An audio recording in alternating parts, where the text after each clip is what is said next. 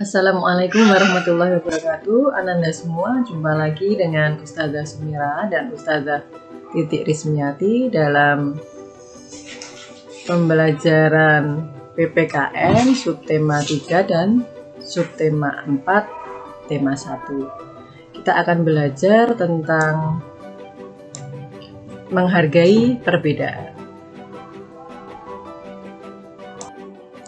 Anak-anakku semuanya yang Ustazah Titik dan Ustazah Sumira cintai, yang pinter-pinter, yang soleh dan solehah, sudah siap?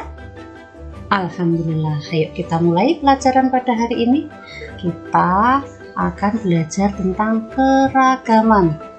Anak-anak pasti punya kesenangan toh. Misalnya anak-anak senang makan bakso. Ada lagi anak yang lainnya, mungkin anak yang kelas 3A senang makan bakso, yang kelas 3B senang makan soto. Nah, itu salah satu keragaman anak-anak ya.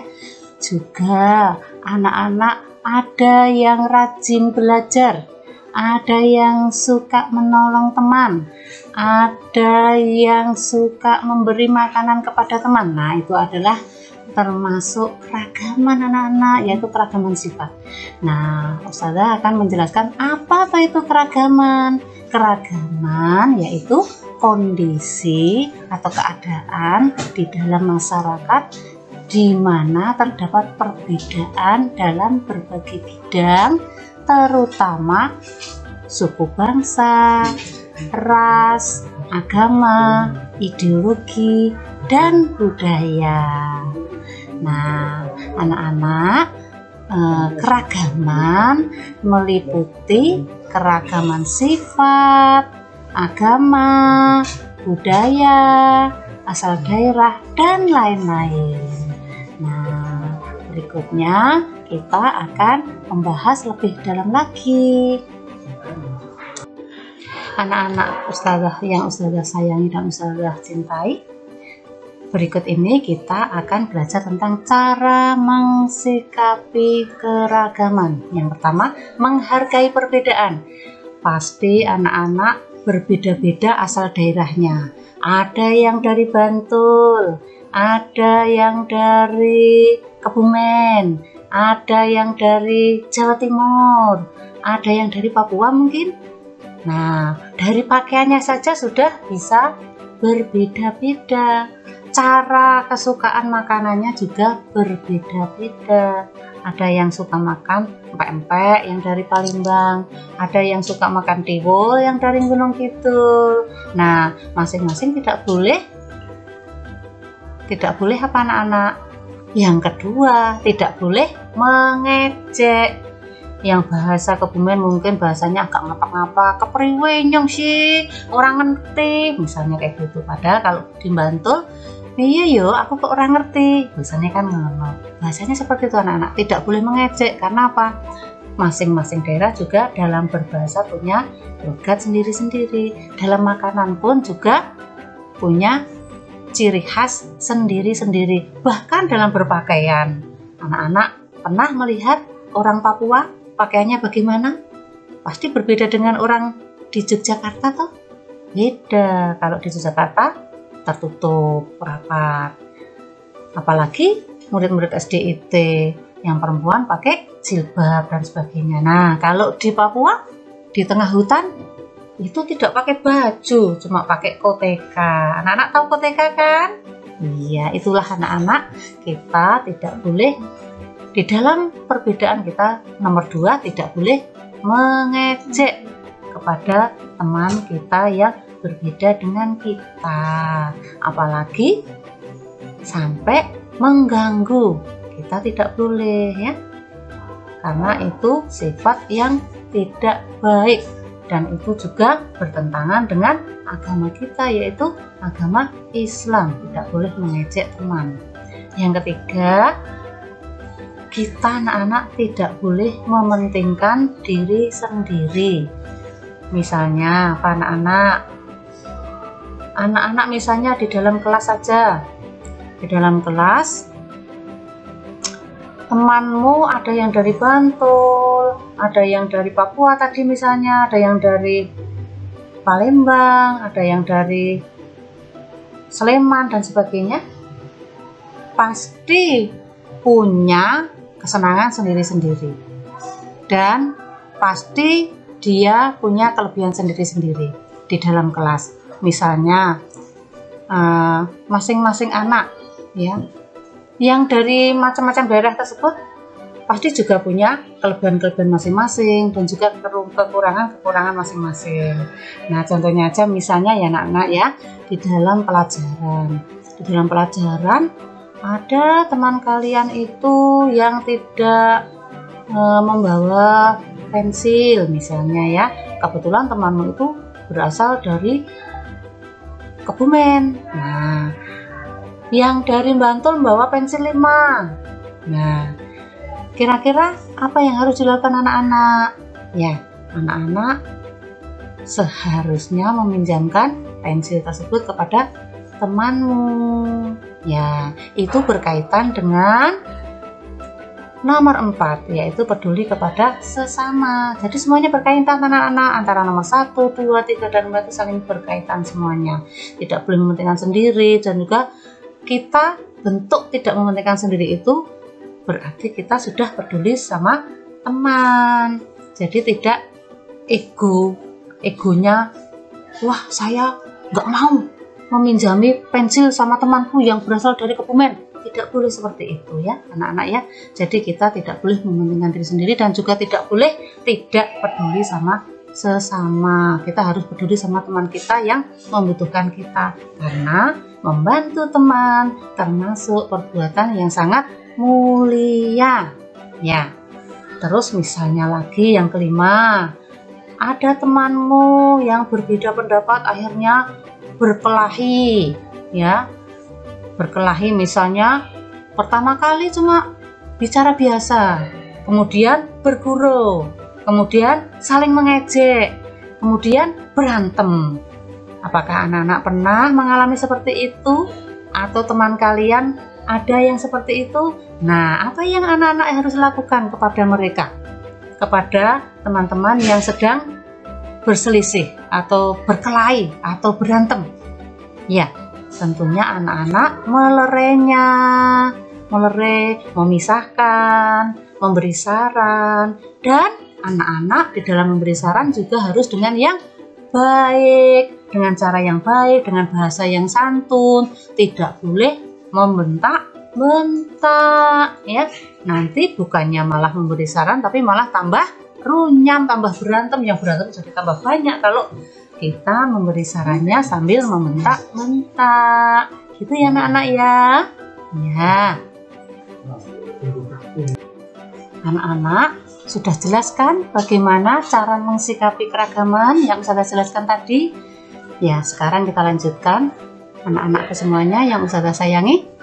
Jadi, menghargai keragaman atau perbedaan itu anak-anakku semuanya merupakan pengamalan Pancasila, sila yang keberapa ya anak-anak? Iya betul, sila yang ketiga. Bagaimana bunyinya anak-anak? Siapa yang sudah hafal? Wow, semuanya sudah hafal ternyata, acung semuanya. Yaitu Persatuan Indonesia. Ada yang tahu lambangnya apa? Yo, siapa yang tahu? Yo ya, siapa itu? Mbak Ara ya? Ya, apa Mbak Ara? Pohon beringin. Oh betul, jadi anak-anak semuanya Pancasila yang ketiga itu bunyinya yaitu Persatuan Indonesia yang dilambangkan dengan pohon beringin. Ingat anak-anak apa? Pohon apa anak-anak? Jangan salah, jangan pohon talok loh. Pohon beringin. Iya betul.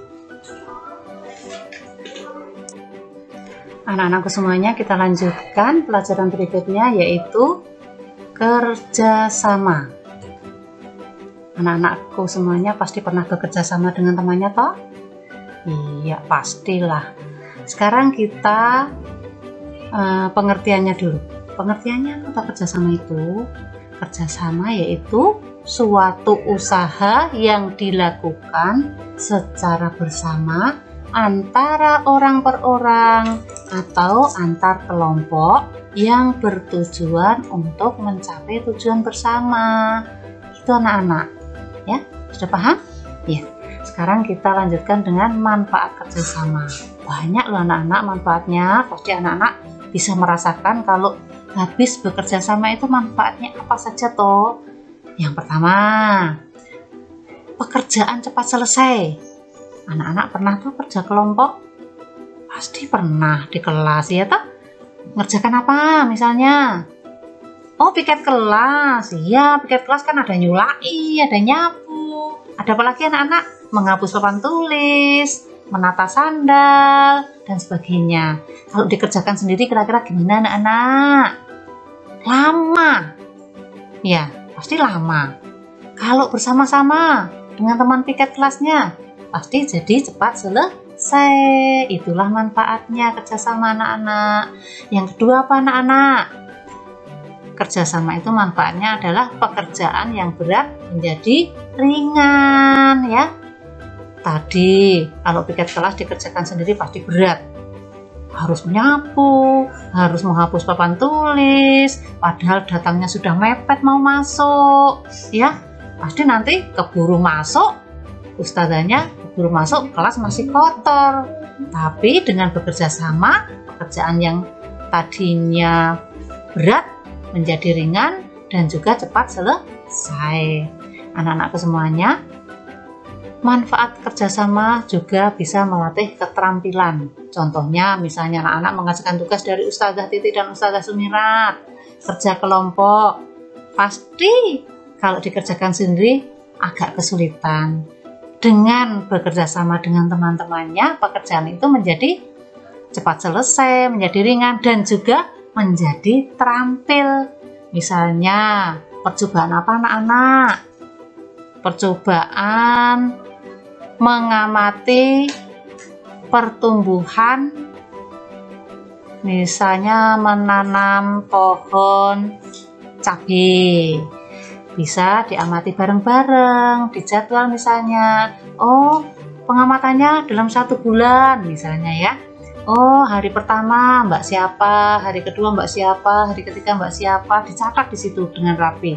Pasti pekerjaan itu menjadi ringan dan hasilnya bisa nanti didiskusikan bersama kelompoknya. Kalau dikerjakan sendiri, pasti berat karena tiap hari dalam mengamati pertumbuhan pohon cabai tersebut. Dan anak-anak dengan mengamati bersama-sama jadi tambah terampil karena saling tukar pendapat dengan teman kelompoknya. Dan lain-lain masih banyak lagi anak-anak keuntungan bekerja sama itu. Begitu ya anak-anak, sudah paham? Ada yang bertanya? Oh, sudah paham ya, alhamdulillah. Anak-anakku semuanya, kerjasama itu dapat dilakukan di mana saja anak-anakku. Ada yang tahu? Iya, betul. Ada yang di rumah, ada di sekolah, bisa. Kerjasama itu juga bisa dilakukan di masyarakat. Anak-anakku semuanya, pernahkah melakukan kerjasama di rumah? Pernahkah anak-anakku membantu ibunya? Pernahkah anak-anakku diperintah oleh orang tua untuk apa seperti itu? Oh iya. Oh, ternyata pernah ada yang masak bersama toh. Iya, bagus.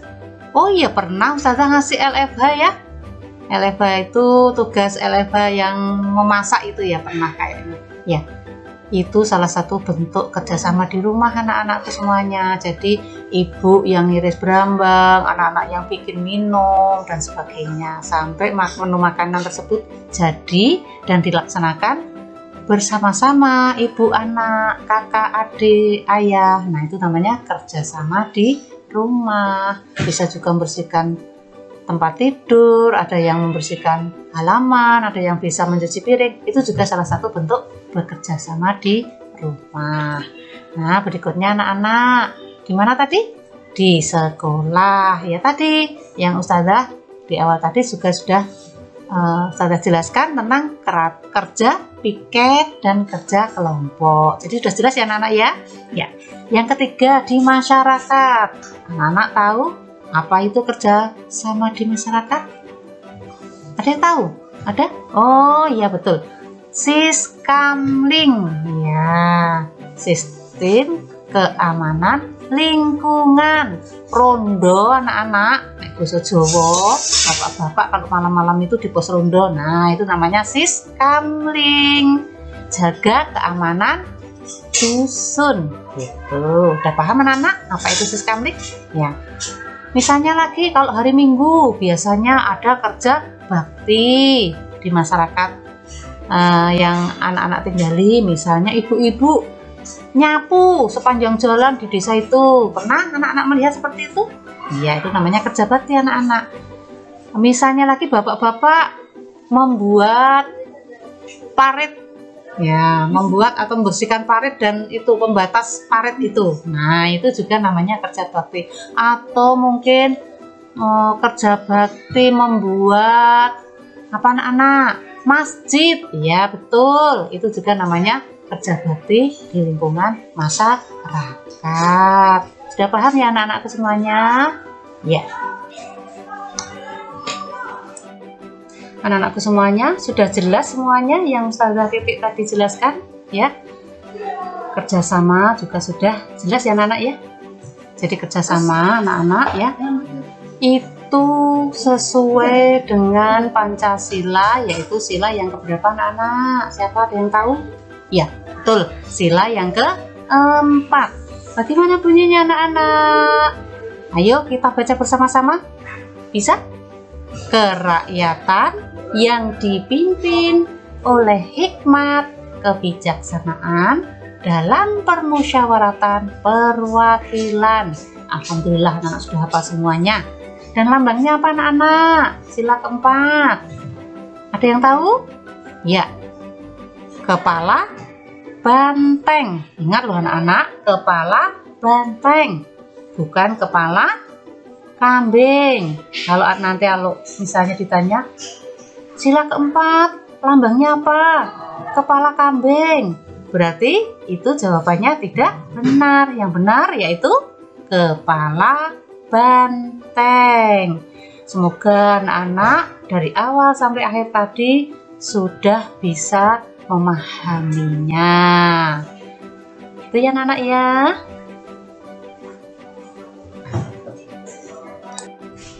Alhamdulillah anak-anakku semua sudah panjang lebar kali tinggi Ustazah Titik menerangkan tentang menghargai keragaman dan kerjasama. Di akhir slide ini ada tampilan tugas. Tugasnya adalah mengerjakan ulangan harian 3 pada halaman 70 dan ulangan harian 4 pada soal pilihan ganda. Sekali lagi hanya soal pilihan ganda di halaman 98 dan 99. Jadi untuk ulangan harian 3 pilihan ganda, ulangan harian 4 pun pilihan ganda. Nanti jumlah soalnya masing-masing 5. Jadi nanti yang disetorkan ada 10 jawaban diketik chat ya, bukan foto LKS ataupun ditulis di buku tulis, tetapi chat ketikan dikirim melalui WA ke pengampu, diserahkan paling lambat pukul 17 waktu Indonesia Barat. Jangan sampai terlambat mengumpulkan supaya tidak tertumpuk dengan tugas-tugas LFH berikutnya. Baik, Ustadzah akhiri. Semoga kalian dimudahkan dalam belajar. Assalamualaikum warahmatullahi wabarakatuh.